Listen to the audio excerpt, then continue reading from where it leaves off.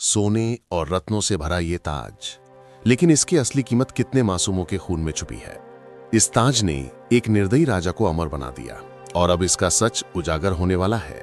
सदियों पहले एक राज्य था जिसका नाम था वरुणगढ़। ये राज्य भव्यता और डर दोनों का प्रतीक था। ऊंचे महल, सुनहरे दरबार और भव्य उत्सव इस राज्य की पहचान थे, लेकिन उसके भीतर जनता अपने जीवन के हर पल में डर, भूख और अत्याचार का सामना करती थी।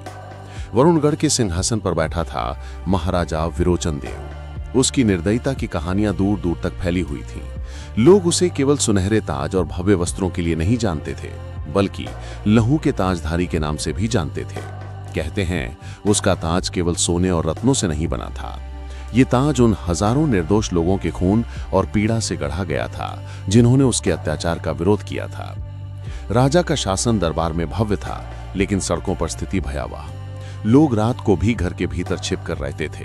व्यापारी अपनी सुरक्षा के लिए रिश्वत देने पर मजबूर थे और कोई भी खुलकर विरोध नहीं कर सकता था। जनता के मन में केवल एक सवाल था, क्या ये निर्दयी राजा कभी समाप्त होगा? एक धुंधली भरी रात थी। महल के पीछे वाले जंगल में एक अजनबी आता है। उसका नाम था आरव। आरव एक युवा लेकिन साहसी और चतुर लड़का था, जिसने अपने माता पिता को महाराजा की निर्दयता से खोया था। उसके मन में केवल एक उद्देश्य था, विरोचन देव का अंत करना। आरव अकेला नहीं था, उसके साथ कुछ विद्रोही भी थे जो राजा के अत्याचारों से त्रस्त होकर राज्य की गलियों में छुपकर जीवन बसर कर रहे थे। अगर हम सीधे महल पर हमला करेंगे तो हम सब मर जाएंगे, आरव ने कहा। हमें चालाकी से काम लेना होगा। हमें राजा की सबसे बड़ी कमजोरी ढूंढनी होगी। विद्रोही चिंतित थे, लेकिन आरव की आंखों में विश्वास था। उसके पास एक योजना थी, राजमहल की गुप्त भूमिगत गुफा तक पहुंचकर ताज को पकड़ना। ताजमहल के ऊंचे कक्षों में नहीं था, जैसा कि लोग सोचते थे। यह एक भूमिगत कक्ष में सुरक्षित रखा गया था, जिसे केवल राजा और उसके भरोसेमंद मंत्री ही जानते थे।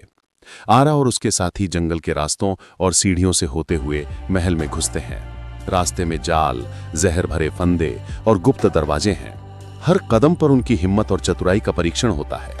अंत में वे गुफा के प्रवेश द्वार पर पहुंचते हैं। अंदर की दीवारें सुनहरे मोती और कीमती रत्नों से जड़ी हैं।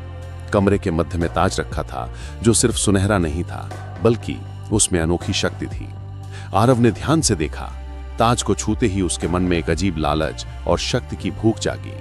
उसने तुरंत समझ लिया कि यही कारण है कि महाराजा निर्दयी बना।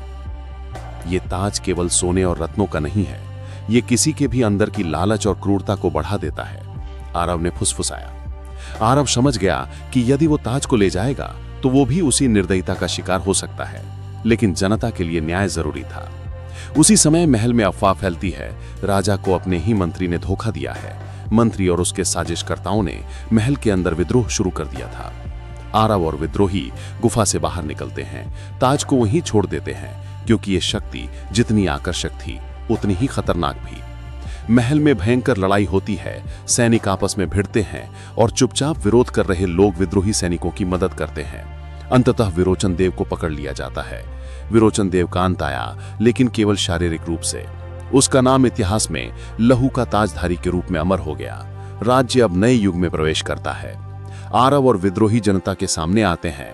आरव बोलता है, सच्ची शक्ति ताज में नहीं, हमारी एकता और साहस में है। किसी भी तानाशाह की विरासत हमेशा भय और खून पर टिकी होती है, लेकिन जनता की इच्छा उसे हमेशा बदल सकती है। राज्य में सुधार शुरू होता है। भूख, भय और अन्याय धीरे धीरे समाप्त होने लगते हैं। जनता आरव को हीरो मानती